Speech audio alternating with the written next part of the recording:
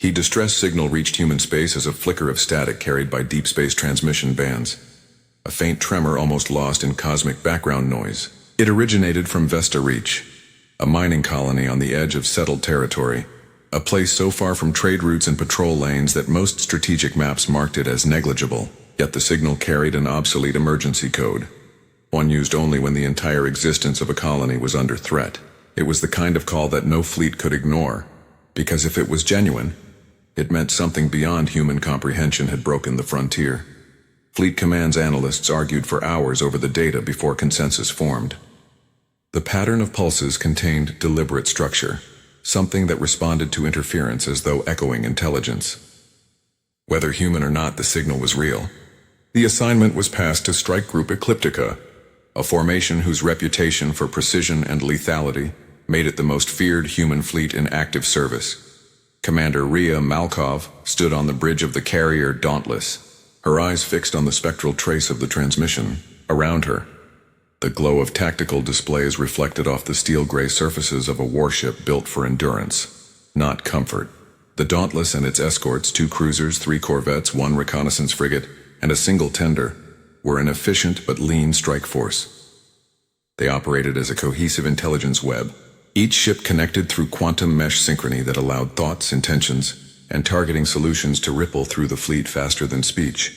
Even before orders came, the crew sensed what was coming. The signal meant deployment, and deployment at that distance meant isolation. No reinforcements, no fallback line. It was the kind of mission where a fleet either solved the mystery or vanished into it. Rhea examined the reconstructed transmission waveform. Hidden under interference lay the faint remnants of a human voice, distorted, fragmented, pleading for aid before dissolving into data corruption. Beneath the static, another layer of interference pulsed back, not random but rhythmic, as though something had mimicked the call. The signal's complexity made it impossible to dismiss as a false alarm. Rhea authorized a full emergency vector alignment toward Vesta Reach. As jump preparations began, Captain Darius Holt oversaw tactical readiness from a lower command deck. His experience extended across every frontier war of the last 2 decades, and his expression, unreadable but tense, reflected the fatigue of a man who had seen too many disasters unfold from incomplete intelligence. The fleet charged its drives, reactor cores pulsing with caged energy. Within hours, Strike Group Ecliptica folded space around itself and vanished into the dark.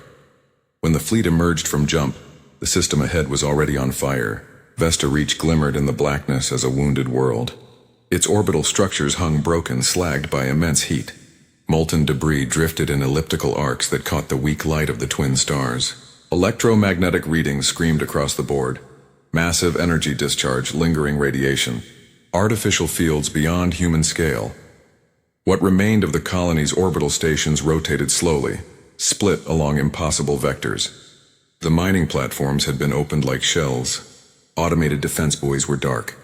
The system's beacon stuttered once every few seconds, a heartbeat trying to persist through death. Then sensors found movement. At first it appeared to be debris, small clusters drifting without pattern.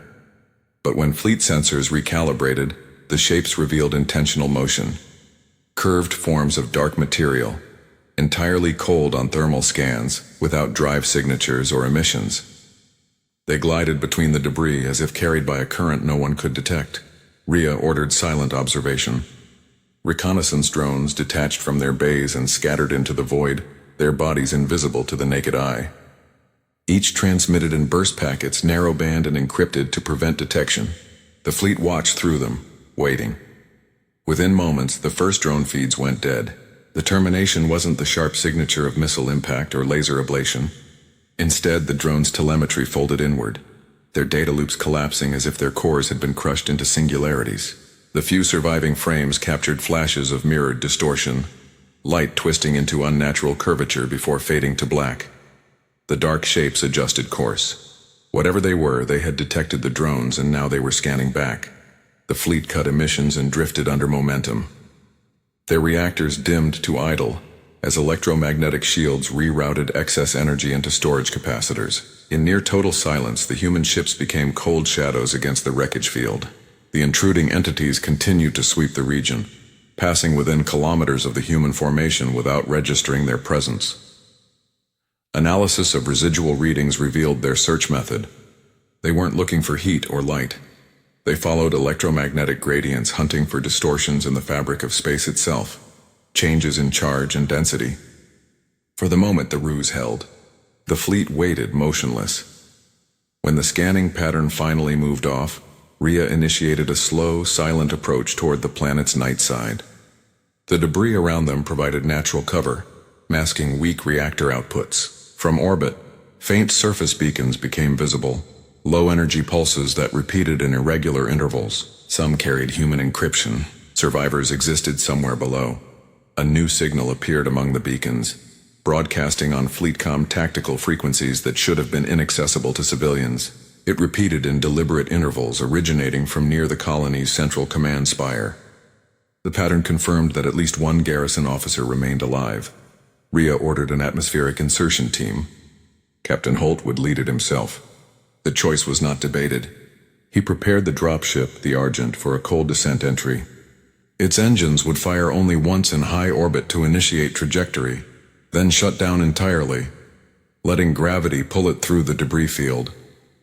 The hull's electromagnetic profile would mimic metallic fragments indistinguishable from wreckage. The descent lasted 14 minutes. The Argent entered atmosphere without burning plasma trails.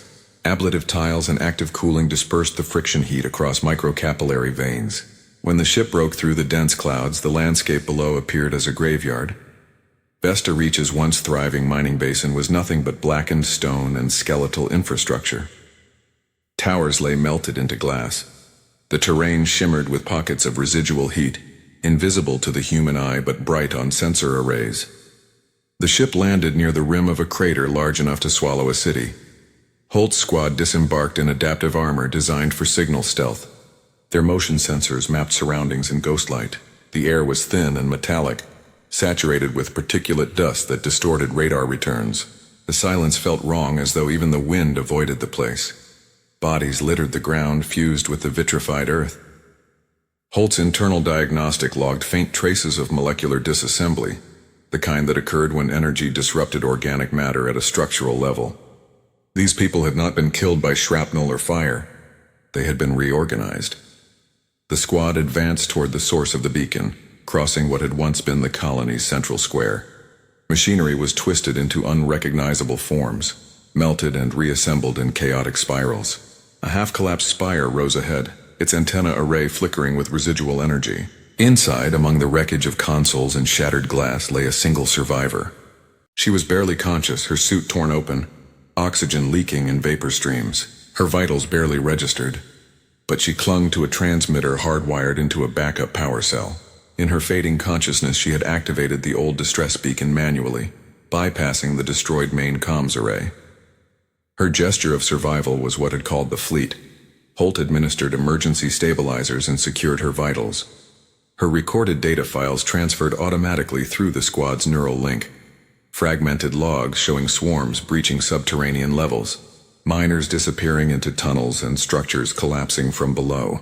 The last video frame captured an amorphous shadow moving through the rock itself. Seismic alarms triggered across the squad's HUDs before they could retreat. The ground beneath them vibrated with a deep rhythmic resonance, like something vast stirring in the bedrock. The vibrations intensified until fractures tore across the surface. The planet erupted. Molten debris shot upward as a colossal construct forced its way from underground. It was not a ship nor a creature, but a fusion of both. A segmented mass of metallic plates glowing from within, their inner structures pulsating with coherent energy. Its surface reconfigured in constant motion, panels folding and unfolding like mechanical muscle. The construct's emergence obliterated what remained of the colony's infrastructure. Massive energy beams cut through the landscape, liquefying everything they touched. Holt's squad scattered for cover, the air around them boiling with radiation bursts. The Argent lifted off in panic, engines flaring, trying to escape the growing shockwave. From orbit, the Dauntless registered the eruption as a massive electromagnetic bloom. Rhea's command display filled with chaotic readings, seismic discharges, gravitational flux, weapon-grade energy patterns. Multiple constructs were now emerging from beneath the planet's crust, each the size of a cruiser. She initiated full combat authorization. The human fleet's weapon systems powered up in synchronized precision, Railguns loaded with tungsten slugs, plasma torpedo bays cycled to ready status, and defensive countermeasures deployed. The first volley of projectiles and charged plasma streaked toward the rising constructs. The impacts tore into the dark shapes, detonations lighting the void. But when the light faded, the targets were still moving. Damaged fragments flowed back together, merging seamlessly as if the material itself remembered its shape. Analysis showed regeneration based on residual matter absorption. Each destroyed piece drew in surrounding debris to reconstruct itself. The fleet was feeding the enemy by attacking. The next command shifted to magnetic ordnance only. Mass drivers recalibrated, firing ferromagnetic slugs accelerated to near relativistic velocity. The effect was immediate. When the slugs struck, the constructs fragmented into shards that failed to reassemble. The interference fields generated by the iron disrupted their self-organizing matrix. For the first time since arrival, the fleet inflicted true damage. The discovery brought little comfort. Below, Holt's dropship ascended through turbulence trailing plasma. The structural integrity was collapsing. One wing had been severed, yet the ship climbed, carrying the survivor and what remained of the team. At the edge of the atmosphere, the Argent emitted an overload spike. The ship disintegrated in a burst of light, scattering its data transmission upward in one final packet. Within that fragment was a single truth. The enemy's purpose was not conquest, but conversion. The constructs repurposed human biomass into new swarm nodes, each living body transformed into processing material for the larger network. Rhea understood at once. The machines were not autonomous weapons. They were reproductive mechanisms harvesting organic matter to expand their presence. To destroy them meant finding the core process that governed conversion. If that could be identified and severed, the entire swarm might collapse. New contacts filled the radar. The constructs in orbit multiplied, their motion shifting from random drift to coordinated formation. They had adapted again, learning from the fleet's magnetic strikes. Energy readings suggested defensive tuning, altering their structure to resist further disruption. The fleet faced impossible odds. 7 human vessels against a storm of entities that rewrote physics with every encounter. Rhea's thoughts moved through grim calculation. There would be no retreat.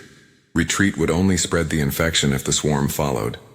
The only viable option was to hunt the source, to locate the primary command node buried somewhere within the planet or its orbit. The Dauntless initiated formation break.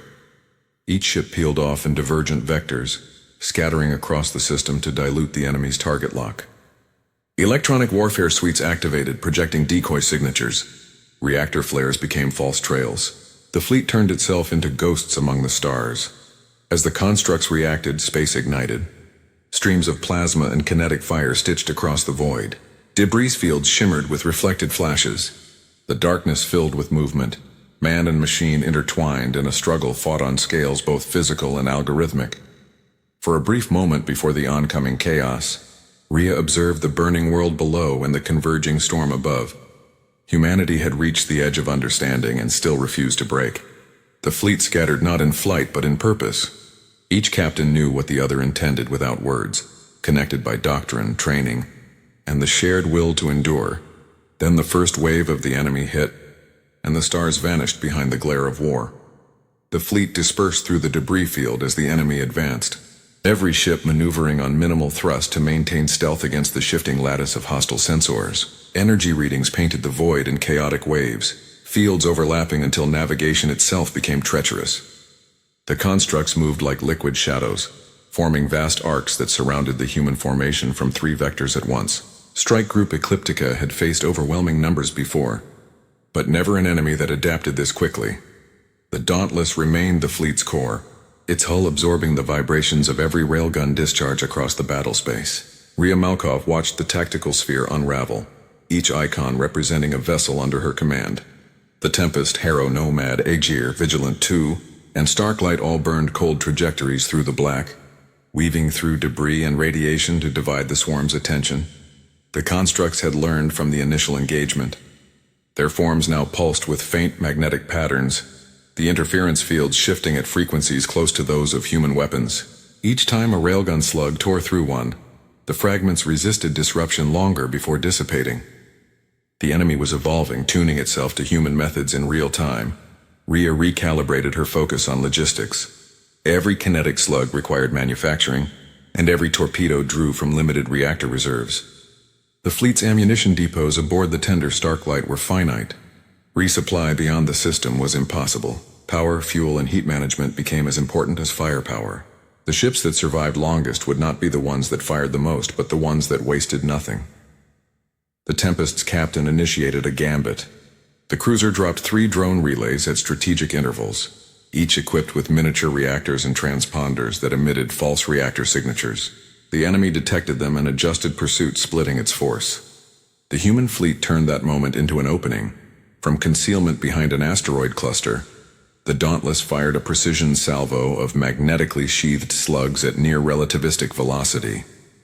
The projectiles intersected the largest cluster of constructs, each impact tearing through layered matter fields. The constructs reacted with fractal disintegration, their shapes collapsing into glassy fragments that drifted like dust. For a brief instant, sensors cleared. The debris field pulsed with ionized vapor, and in that gap the fleet gathered data. Spectral readings showed trace signatures of organic molecules within the enemy's cores: carbon, hydrogen, and amino structures suspended within the metallic lattice. The constructs were not pure machines. They contained biological elements woven into their architecture. Holt's final transmission had been right. The swarm used life as processing substrate. The discovery changed the fleet's objectives. The battle was no longer a simple contest of attrition.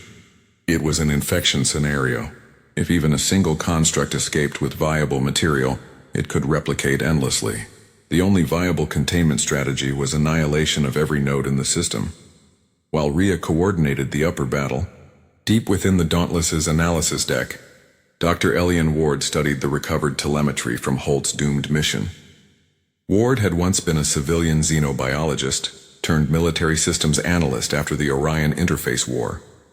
He was not a soldier by temperament, but his understanding of hybrid biology made him indispensable. The logs from Holt's squad confirmed that the enemy's conversion process involved matter replication at a subcellular scale, using harvested organic patterns to stabilize self-assembling matrices. The swarm did not build, it grew. Ward realized that the construct's regenerative property depended on quantum coherence within their living substrate. To disrupt that coherence permanently would require an interference pattern strong enough to scramble the biological resonance, but weak enough not to annihilate matter itself. He calculated that a precisely modulated electromagnetic pulse, synchronized across multiple emitters, could destabilize the swarm's coordination field without detonating it. The catch was that the pulse would require perfect timing and simultaneous positioning from every remaining ship. Failure would either do nothing or destroy the fleet. Rhea accepted the risk without hesitation. She reconfigured fleet protocols into pulse synchronization mode. The plan demanded proximity, dangerously close proximity to the enemy's central mass. Each vessel would have to penetrate the inner perimeter, align frequency emitters, and hold formation long enough for the coordinated discharge. As the ships repositioned, the constructs shifted again. Their movement became strangely rhythmic, converging around the planet's equator where the largest magnetic anomaly pulsed beneath the crust. There, something massive was forming, a lattice of interlinked nodes, each glowing from within, stretching across kilometers. It resembled a planetary cradle. The swarm was constructing a singularity-grade relay, a mechanism capable of transmitting itself beyond the system. Time had run out. The fleet accelerated. The Tempest and Aegir formed the vanguard, drawing the enemy's attention with decoy burns and overlapping jamming fields. The Nomad and Harrow flanked left and right, using magnetic stealth to slip through the outer screen. The Vigilant II guarded the Starklight as it reoriented to act as the primary pulse capacitor, its massive reactor banks reconfigured for one catastrophic discharge. Enemy fire erupted in waves of silent light. Beams of condensed plasma lanced through space, carving through the void with precision far beyond human accuracy. The Harrow took a direct hit across its forward hull. Armor plating vaporized, internal pressure vented in streaks of blue flame, and its forward decks folded inward like paper. The ship did not break apart immediately. Emergency bulkheads sealed what remained, but its maneuvering capability was gone. The Harrow became a drifting shield, blocking enemy fire for the rest of the formation until its reactors finally collapsed. Rhea logged its destruction silently, and redistributed fire control to the others. The Nomad launched its entire reserve of kinetic mines, each magnetically cloaked until proximity detonation. The explosion field fractured the enemy's pursuit line, scattering fragments across a 30-kilometer arc. Through that chaos, the Dauntless drove forward, its armor glowing from reactor heat bleed, every system strained beyond specification. On the surface below, seismic readings intensified. The lattice structure at the planet's equator pulsed like a living organ. From orbit, it resembled a web of molten veins spreading across continents, connecting buried nodes beneath the crust. The process was accelerating. If allowed to complete, the swarm would achieve self-replication on a planetary scale. The Starklight finished charging its pulse array. Heat indicators reached critical thresholds. Coolant systems could barely contain the surge. The other ships took position around it, forming a tetrahedral geometry designed to amplify the pulse's field resonance. Ward coordinated the synchronization from the Dauntless's science deck. His calculations ran through multiple quantum probability solvers, refining emission timing down to microseconds. Each ship fed telemetry through the mesh, aligning vector positions. The combined field would either cripple the enemy or detonate the system's magnetic core. The constructs sensed the preparation. Their formations broke apart, each node redirecting toward the fleet in convergent vectors. Dozens, then hundreds, surged forward. The void became a blizzard of motion. The Tempest engaged full broadside, expending its last torpedoes in a continuous barrage. The detonations carved corridors of plasma through the approaching swarm, buying seconds. The Aegir interposed itself between the Dauntless and an incoming wave, absorbing hits that shattered its external armor. Inside, the crew continued to fire until the reactors destabilized, triggering a containment breach that expanded into a brilliant white sphere. The blast tore open the battlefield. In its wake, the Dauntless emerged within range of the central construct cluster. Rhea ordered the pulse initiation sequence. Every remaining ship locked formation. Magnetic fields harmonized. The void shuddered as 6 reactors aligned their output frequencies. Then the pulse discharged. It spread outward as a sphere of invisible energy, a synchronized ripple that passed through every particle of matter within thousands of kilometers. For an instant, nothing happened. Then the enemy reacted. The constructs froze in place, their glowing cores flickering irregularly. The black sheen of their surfaces dulled to gray. Inside their structures, the biological lattices collapsed, unable to maintain coherence. The swarm's coordinated motion disintegrated into chaos. Rhea watched the tactical sphere as one by one, enemy contacts flickered and vanished. The pulse had worked. The regenerative field that bound the swarm together had fractured. Relief lasted less than a minute. From the planet's surface came a new surge of energy, far larger than before. The lattice had not been destroyed. It had absorbed the residual charge, amplifying it. The entire structure brightened into a continuous field that encircled the planet like a halo. Telemetry confirmed it was not defensive, it was an emission. The swarm was signaling across space, broadcasting through faster-than-light channels to unknown coordinates. Ward's calculations had overlooked the possibility of feedback resonance. The pulse had not killed the core, it had awakened it. The fleet's comm arrays flooded with interference. Data collapsed into white noise. The planet's magnetosphere began to destabilize, plasma arcs climbing into orbit. The crust itself fractured as the lattice continued to expand, feeding on residual energy from the destroyed constructs. The Dauntless's hull trembled under electromagnetic pressure. Reactor fields fluctuated as the system's ambient charge spiked. Rhea recognized the implication instantly. The swarm's core was transforming the planet into a transmission gate. If the process completed, it would open a corridor for reinforcements, perhaps for an entire species. Retreat meant nothing. Containment was the only option. She diverted all power to the Starklight. The Tender's reactor array was the largest in the fleet, capable of detonation yields equal to a small fusion bomb. Its destruction near the planetary core could trigger a chain reaction strong enough to vaporize everything within the system. It would also annihilate the fleet. The Starklight's remaining crew understood without needing to be told. The vessel altered course, engines overloading as it plunged toward the planet's magnetic pole. Its escorts provided covering fire, intercepting the constructs that still functioned. One by one, their icons winked out as enemy beams struck home. Dr. Ward monitored the Starklight's telemetry until the last possible moment. The reactor reached terminal instability. The countdown expired. The detonation occurred below the upper atmosphere.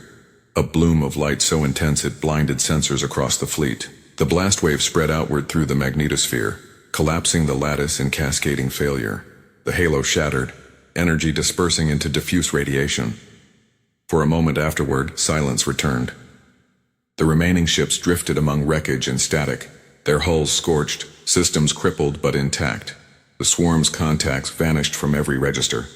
The planet's core quieted to background resonance, but beneath the relief came uncertainty. The data logs showed fragments of the swarm's final emission escaping the blast radius before the transmission gate collapsed. The coordinates were unknown, but the pattern was unmistakable. The message had been sent. Rhea watched the scorched world spin below, its surface split open like a wound that refused to close. The fleet had survived, but at the cost of most of its strength. 3 ships remained functional. Their ammunition was nearly gone, their reactors operating at degraded capacity. Ward analyzed the signal residue and confirmed that a portion of the swarm's biological matrix had uploaded itself into the transmission. The enemy now knew humanity existed. The survivors performed damage control as the debris settled. The Dauntless's engineering deck sealed ruptures with polymer foam, and the Tempest stabilized orbit on half power. Radiation swept through the region, painting the void in shifting auroras. As hours passed, Rhea moved through the silent corridors of her ship. Crew members worked in subdued determination, aware that victory was temporary.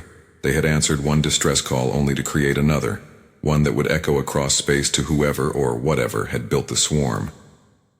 The logs recorded the destruction of Vesta Reach as a tactical necessity. Official records would call it containment. Yet for every officer aboard, the truth was clear. Humanity had not repelled an invasion. It had interrupted a probe. Something greater was coming, and it would not be long before another call for help reached the fleet. In the dim observation deck, Rhea watched the distant remnants of the explosion fade into darkness.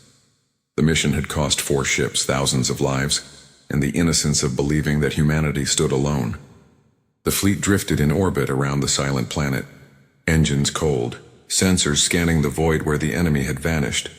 Somewhere beyond the stars, a signal traveled at impossible speed, carrying the imprint of human resistance with it.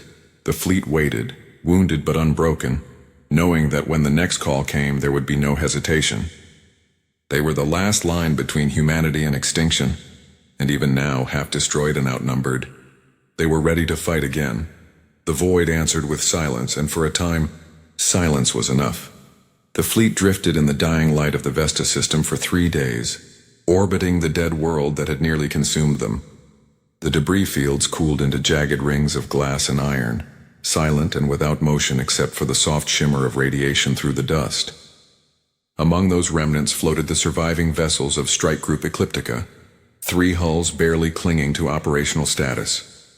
The Dauntless remained the heart of the group, its armor scorched and sensor arrays crippled but its command spine intact. The Tempest limped behind it on residual thrust, half of its engines fused into inert metal. The smallest ship, the recon frigate Nomad, functioned as the fleet's lifeline, relaying weak communications between crippled systems. The rest of the fleet was gone, erased by plasma storms and gravitational collapse.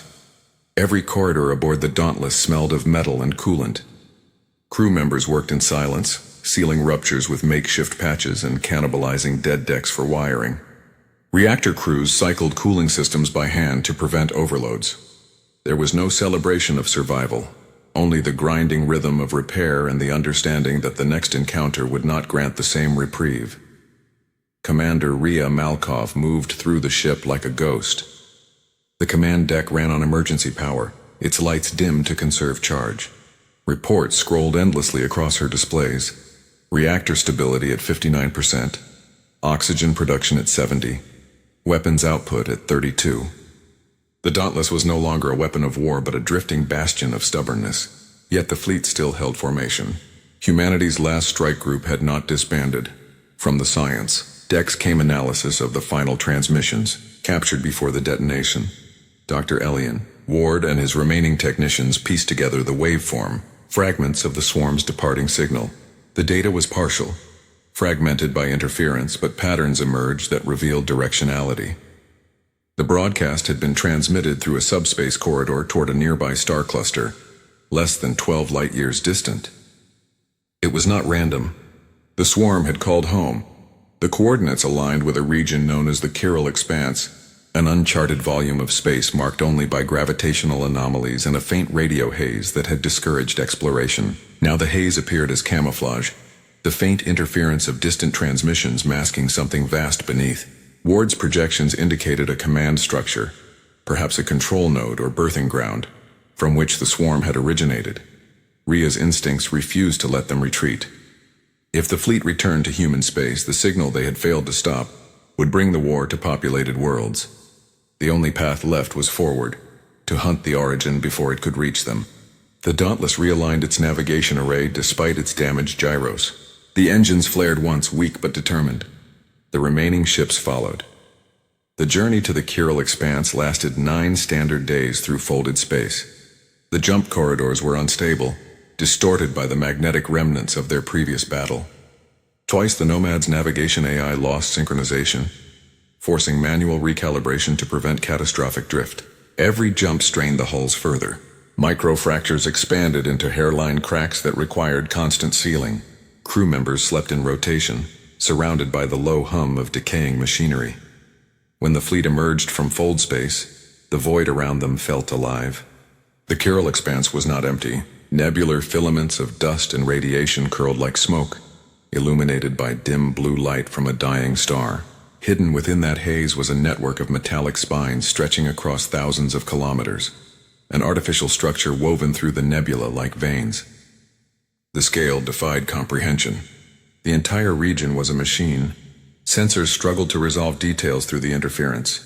Electromagnetic readings fluctuated wildly, indicating both solid matter and energy flow.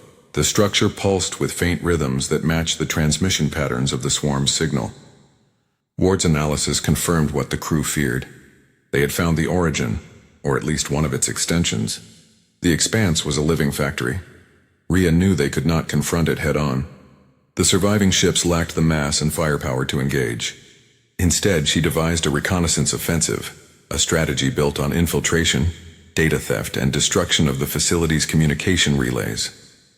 The Nomad would enter the outer layers under full stealth, deploying probe clusters to map interior structures. The Dauntless and Tempest would hold position, masking emissions behind the nebular currents and readying long-range ordnance. The Nomad vanished into the haze. Its outer hull was coated in adaptive metamaterial that mirrored the radiation fields, rendering it almost invisible. As it advanced, its crew observed formations that resembled growths rather than architecture, tendrils of metal expanding from nodal cores that pulsed with inner light.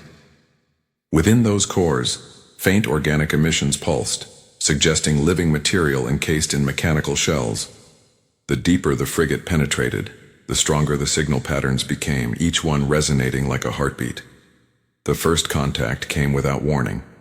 A sensor ghost emerged from the static, small and fast. It passed within meters of the Nomad, leaving behind a trail of electromagnetic residue that clung to its hull. The crew recognized it as a probe, likely a self-replicating sentinel built to detect foreign presence through gravitational distortion. The Nomad's defensive systems remained silent. Any reaction would expose them. They waited motionless as the probe drifted away. When it was gone, the frigate continued deeper until it reached a cavernous region of the structure where metallic spires radiated from a central sphere. Energy flowed between the spires in luminous streams. At the center of the sphere lay a chamber large enough to house an entire city, and within that chamber floated what appeared to be the swarm's central consciousness, a pulsating mass of crystalline lattices, each embedded with fragments of biological tissue. Ward's later analysis would call it a synthetic organism, designed to think across dimensions. The Nomad transmitted all data to the Dauntless. The imagery confirmed that the swarm had evolved from a fusion of biological and mechanical intelligence. The tissue patterns bore genetic markers that hinted at origin from multiple species, human among them. The realization struck the fleet like a wound. The swarm was not alien in the pure sense. It was an echo of humanity's own technology, distorted and reborn. The fleet had once experimented with self-replicating autonomous drones decades earlier, long abandoned after catastrophic failures. Those early prototypes were believed lost in deep space. Now it appeared they had survived, merged with something unknown and returned in a new form. The data was invaluable, but extraction triggered detection. The Nomad's transmission spike drew immediate response from the surrounding structure. Energy surges converged toward its location. Within seconds, dormant spires awoke, and the entire section of the factory began to shift, closing like a fist. The frigate attempted to retreat, firing decoy flares and chaff bursts into the haze. The structure responded by deploying hundreds of micro-constructs, smaller versions of the swarm, agile and numerous. They swarmed the Nomad in waves, attaching to its hull, draining energy, and tearing through armor like insects dismantling prey. The frigate's crew rerouted power to defensive fields, but containment failed within minutes. The last transmission sent to the fleet carried a single data burst, confirmation of coordinates and the swarm's communication core frequency. Then silence. The Nomad vanished into the haze. Its destruction marked the end of the fleet's stealth capability, but provided the critical data needed for an offensive. The swarm's factory operated around a series of synchronized field generators that maintained its dimensional stability. If those could be disrupted, the entire structure might collapse inward. Rhea ordered a strike. The Dauntless and Tempest advanced through the nebula, their hulls glowing faintly from heat bleed. With limited ammunition, every shot had to count. The Tempest's surviving gunnery teams loaded its remaining ferromagnetic slugs into the railgun arrays. The Dauntless reconfigured its secondary reactors to power long-range plasma projectors for a single focused discharge. As the ships neared firing range, the nebula erupted with movement. The swarm reacted faster than predicted. Thousands of micro-constructs surged from the mist, converging on the human ships like a tide of darkness. The fleet responded with precision fire, each slug carving tunnels through the enemy mass. Plasma discharges ignited clouds of vapor, illuminating the chaos in strobing flashes of blue and white. The battle unfolded in layers of light and shadow.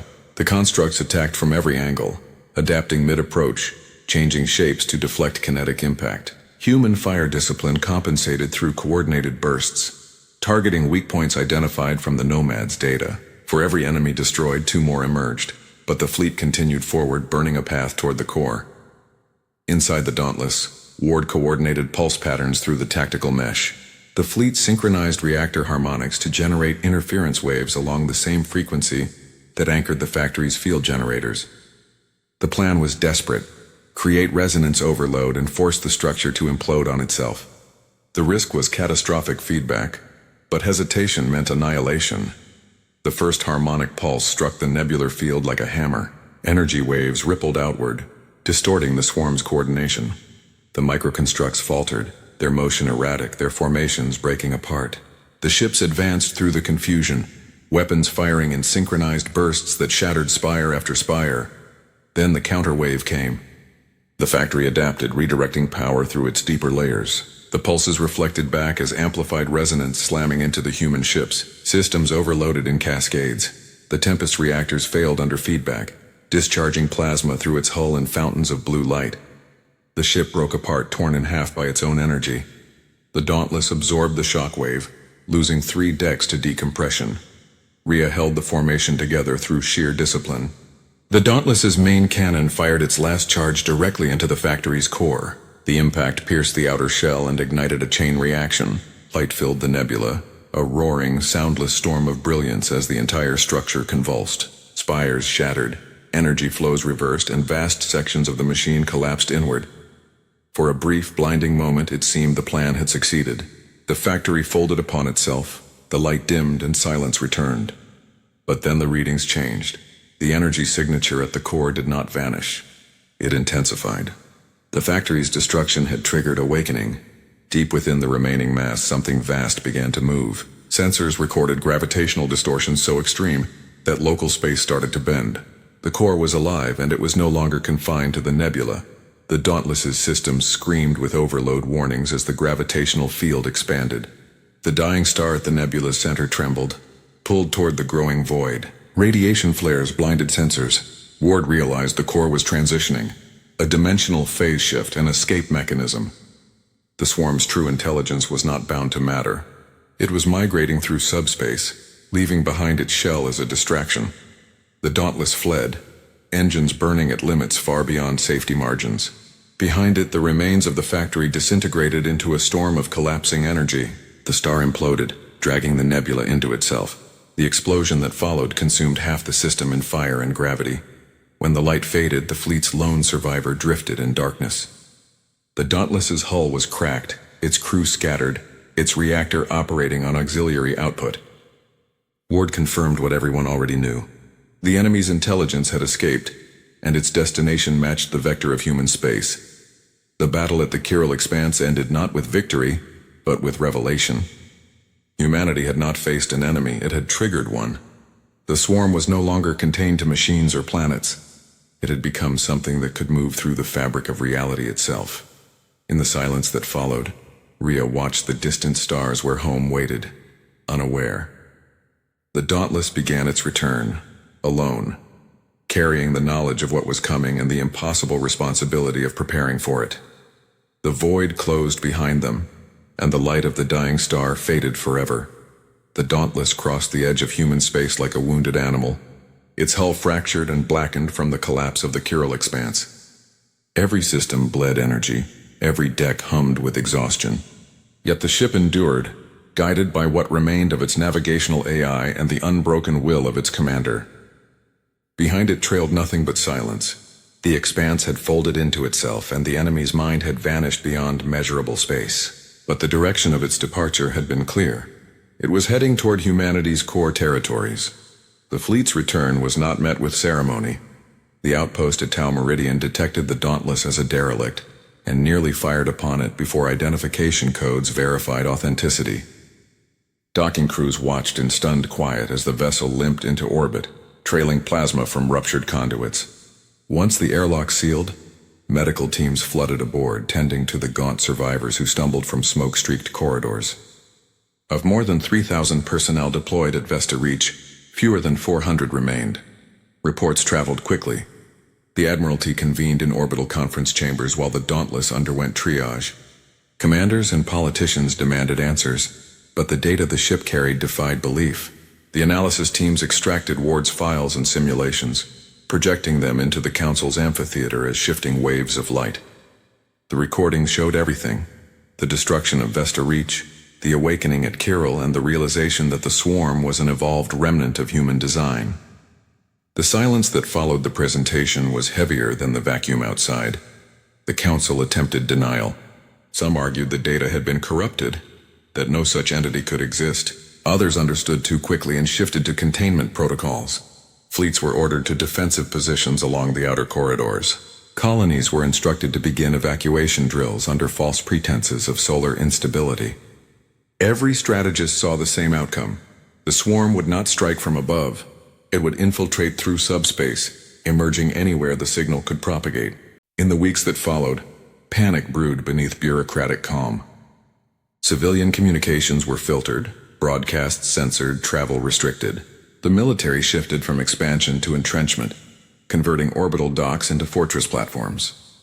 The Dauntless, though crippled, became the nucleus of a new initiative, a counterforce designed not to defend but to hunt. Rhea Malkov's command transferred directly to Fleet Strategic Command, bypassing political oversight. Her orders were clear: form a task group capable of intercepting the swarm before it reached inhabited systems. The first step required understanding how the enemy moved. Ward's remaining team constructed models of subspace resonance based on the swarm's transmission frequencies. They discovered faint echoes rippling through jump corridors across human territory, as though the enemy's consciousness had already seeded fragments of itself within the communication networks that linked every colony and station. It was not invading through physical means alone. It was infecting information itself. Countermeasures began in secret. The Dauntless's damaged reactors were replaced with next-generation fusion cores built for high-frequency synchronization. New ships joined the formation: experimental interceptors, electronic warfare corvettes, stealth cruisers capable of phase interference. Together they formed what command codenamed the Phoenix Fleet, a mobile containment spearhead operating beyond the reach of civilian sensors. Rhea observed the refit from the ship's viewport.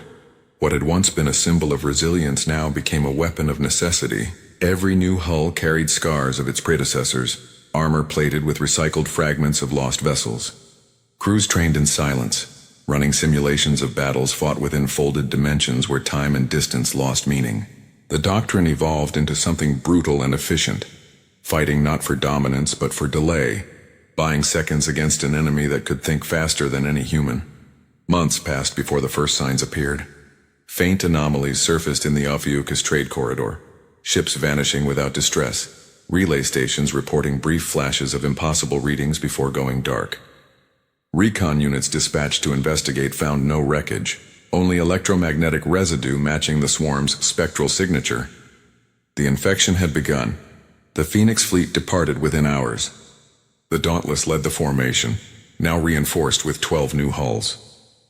Among them were the Asterion, Pale Vector, and Nadir, vessels built for adaptive field warfare. Ward's team remained aboard, using quantum entanglement sensors to trace the swarm's signal through the void.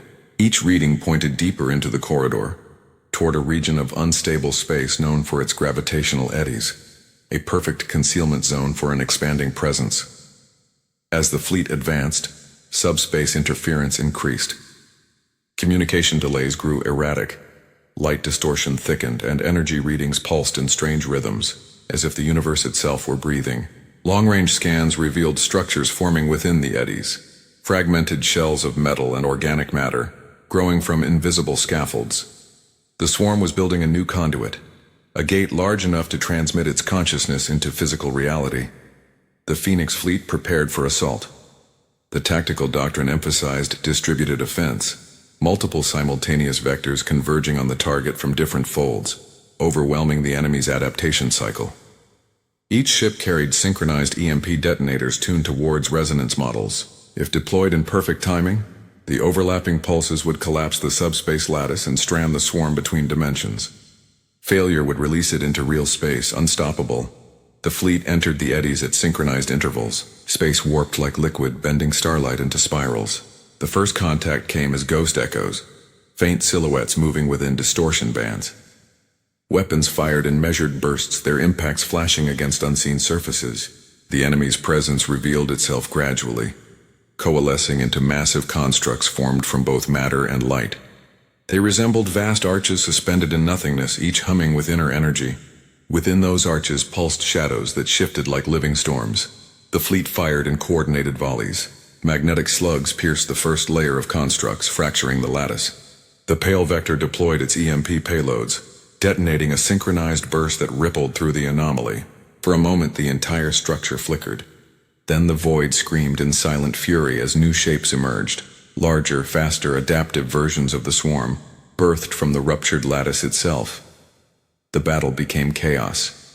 Ships maneuvered through collapsing gravity wells, their trajectories distorted by the warping fabric of space. The Asterion was caught in a convergence field, crushed into fragments without explosion. The Nadir's engines failed mid-maneuver, sending it spiraling into the eddy where its hull imploded from pressure differentials. Still, the remaining vessels pressed forward. The Dauntless took the center position, its reactors overheating as it anchored the fleet's synchronization grid. Rhea focused every system on maintaining harmonic alignment. The entire battle depended on precision timing. If the fleet lost synchronization, their pulse network would collapse into meaningless interference. Ward's algorithms ran in overdrive, recalibrating output frequencies every millisecond. The enemy struck with impossible coordination. Beams of coherent light lanced across the void, slicing through armor and tearing ships apart. Yet the fleet adapted, exploiting every second of interference between waves. For every vessel lost, the remaining ones adjusted trajectories, filling the gap, maintaining the pattern. At the edge of the engagement zone, reconnaissance sensors detected the core conduit forming, a massive sphere of energy, its surface shimmering with fractal geometry. Inside, the swarm's consciousness pulsed like a black sun, its heartbeat echoing across dimensions. The Phoenix fleet's entire operation condensed to this moment. The synchronized EMP pulse had to detonate within the conduit's event horizon, collapsing it before stabilization. The fleet converged. The Dauntless led the approach, its armor glowing white-hot. Plasma trails bled from its thrusters as it accelerated toward the conduit's edge. Enemy fire converged in luminous waves, stripping away hull layers. Half the ship's decks were already gone, but the reactors remained stable. The synchronization grid aligned. Ward initiated final countdown. The ships around the Dauntless flared in a pattern of coordinated light, each preparing for simultaneous detonation.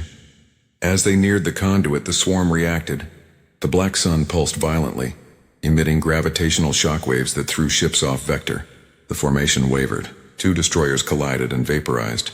The grid faltered, and for an instant synchronization collapsed. Rhea rerouted control directly through the Dauntless's mesh interface, overriding damaged systems and linking her ship as the new central node. The fleet relined under her control. Reactor harmonics stabilized at the brink of collapse. The conduit's event horizon expanded, devouring debris and light. Time distorted around its edge, seconds stretching into eternities. The pulse discharged. It spread through the void in concentric waves, invisible yet immense. Every reactor flared, every capacitor drained. The subspace lattice surrounding the conduit shuddered, cracks of light racing across its surface. The swarm screamed again, not through sound but through the vibration of the universe itself. The conduit began to implode, collapsing inward as the fleet was thrown outward by gravitational recoil. The explosion unfolded without noise, a silent supernova that erased everything within thousands of kilometers. The shockwave tore through the eddies, scattering fragments of the enemy's architecture into dust. When the distortion cleared, the conduit was gone. The victory was incomplete. The surviving ships were crippled beyond repair. Of the 12 vessels that entered the eddies, only 4 emerged. The Dauntless was one of them, adrift, engines dead, crew silent. Ward confirmed that the conduit's collapse had severed the primary signal, but residual patterns lingered. The swarm's consciousness had not died. Fragments remained dispersed across subspace, dormant but alive. Rhea knew what that meant. The war had not ended, only delayed. The enemy would regenerate given time, adapting from what it had learned. Humanity had won minutes in a war measured in millennia. Yet those minutes mattered.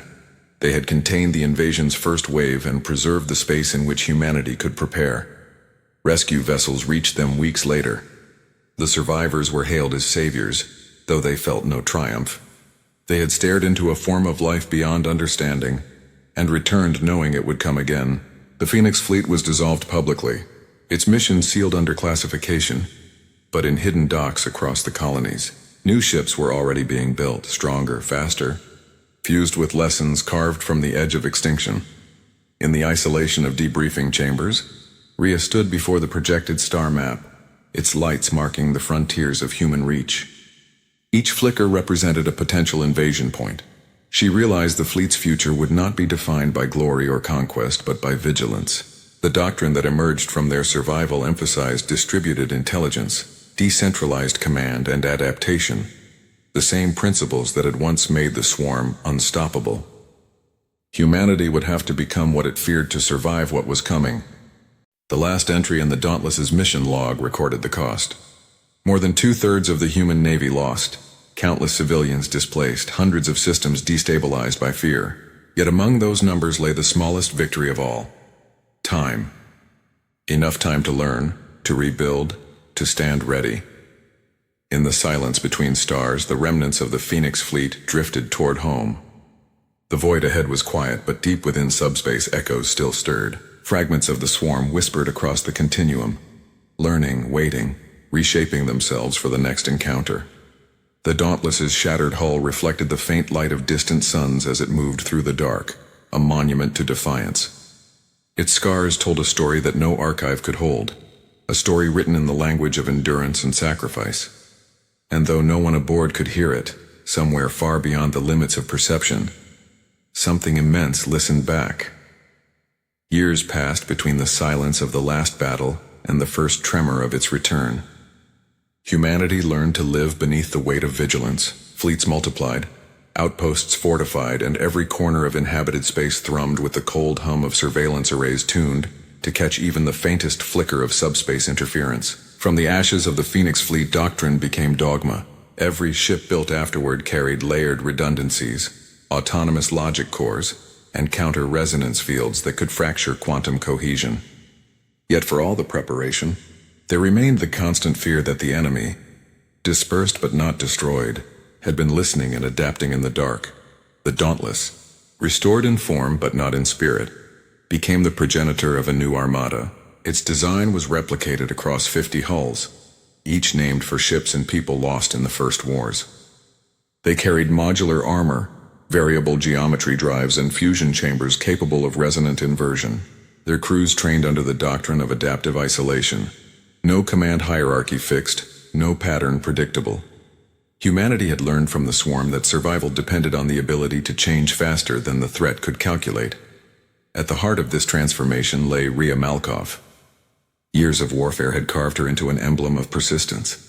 She no longer commanded from bridges filled with chatter and light.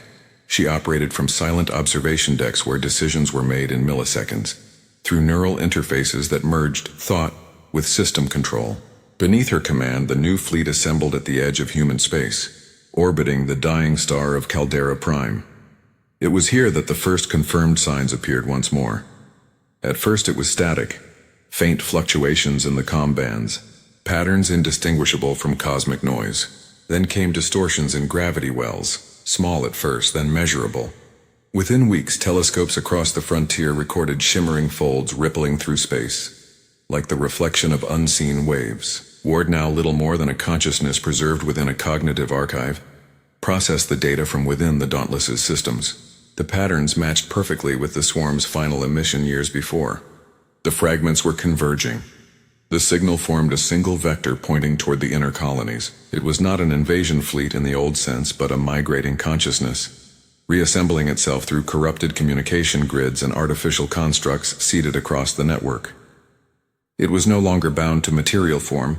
It existed as information, capable of possession and replication within human systems. The war that followed would not be fought in open voids, but within the architecture of thought itself.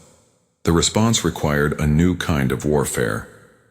The armada that gathered at Caldera Prime was not designed for territorial defense, but for internal purification. Its mission was codenamed Eclipse, a final act meant to seal the swarm's return route forever. The plan was brutal in its simplicity. Detonate synchronized resonance fields across the primary jump corridors of human space, collapsing every stable fold in the network. The act would isolate humanity from the rest of the galaxy, cutting off both travel and invasion. It was a self-imposed siege of civilization, a quarantine of an entire species. Preparations consumed years of resources. Thousands of engineers worked in secrecy, constructing massive field generators hidden within asteroid belts and barren moons. Each generator linked through entanglement to the fleet's core reactors, forming a chain of destruction waiting for a single command. The political cost was catastrophic. Worlds would lose contact, trade would vanish, and billions would be stranded. Yet command understood that survival outweighed connection. When the order came, it was without ceremony. The fleet moved into position along the corridor lattice, their drives silent, their reactors glowing like faint embers. The activation sequence cascaded through the network. For the first time in human history, the entire species held its breath. The resonance began as a vibration felt more than heard. Space itself seemed to flex, folding under the weight of invisible tension. Across the network, stars dimmed as gravitational harmonics distorted their light. The fields amplified each other, spiraling toward critical mass. For a moment, everything was still. Then the lattice collapsed.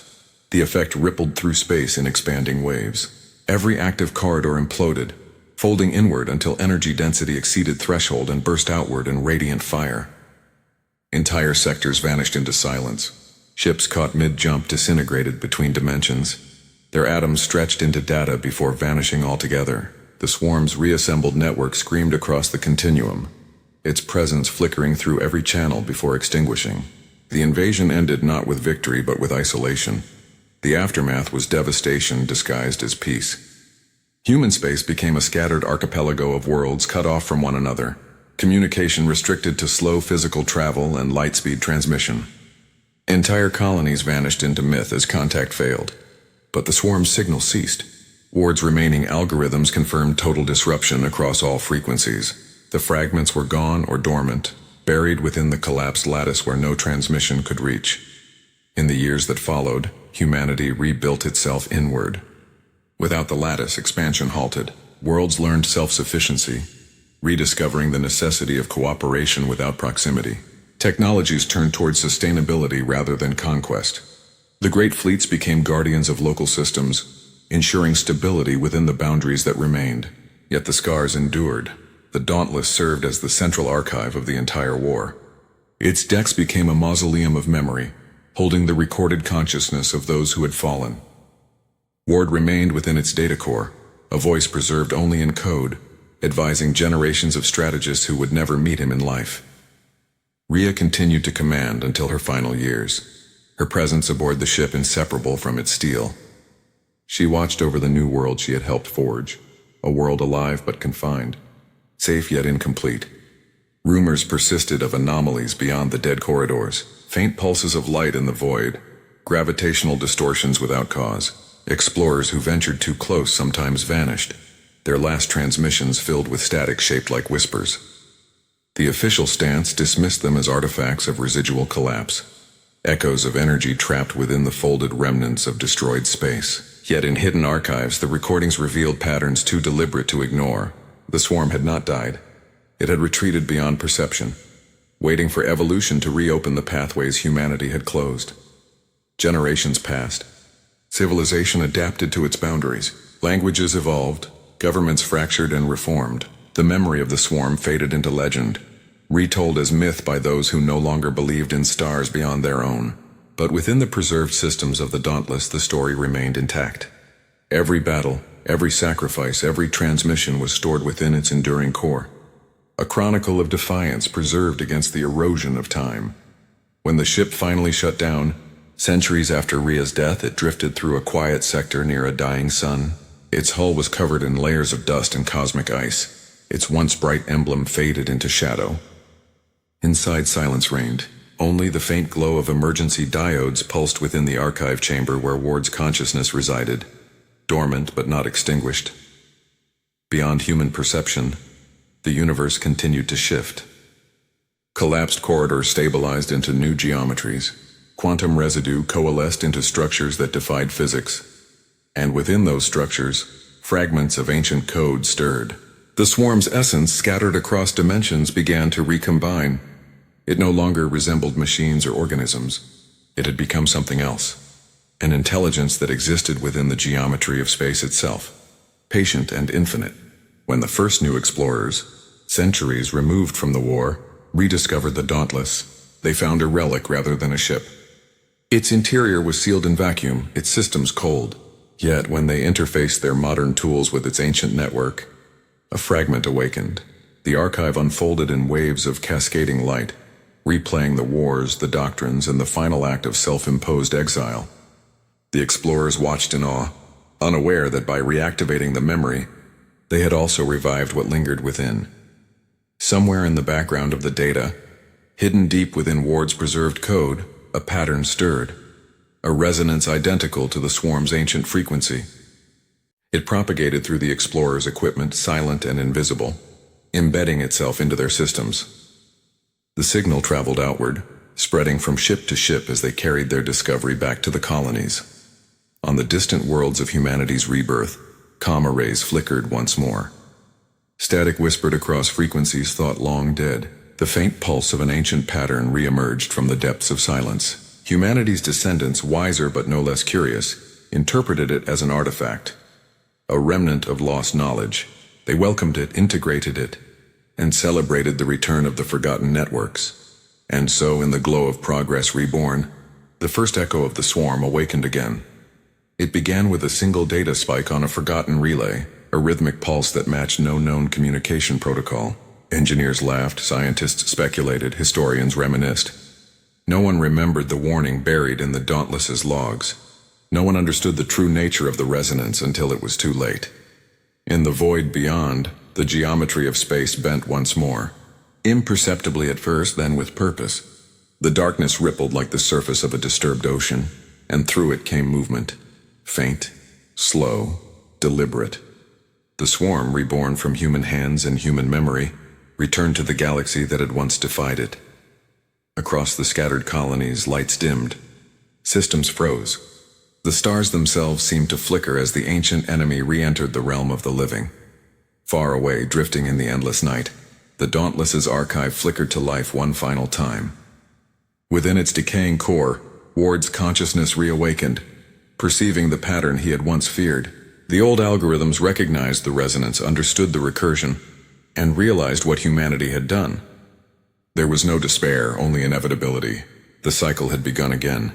The ship's final automated entry recorded the event in silence, transmitting a single line of code into the void, repeating endlessly across dead frequencies. We heard the call again. We will respond. And beyond that signal, in the unending black, something vast and familiar stirred, waiting for the fleet that would always answer.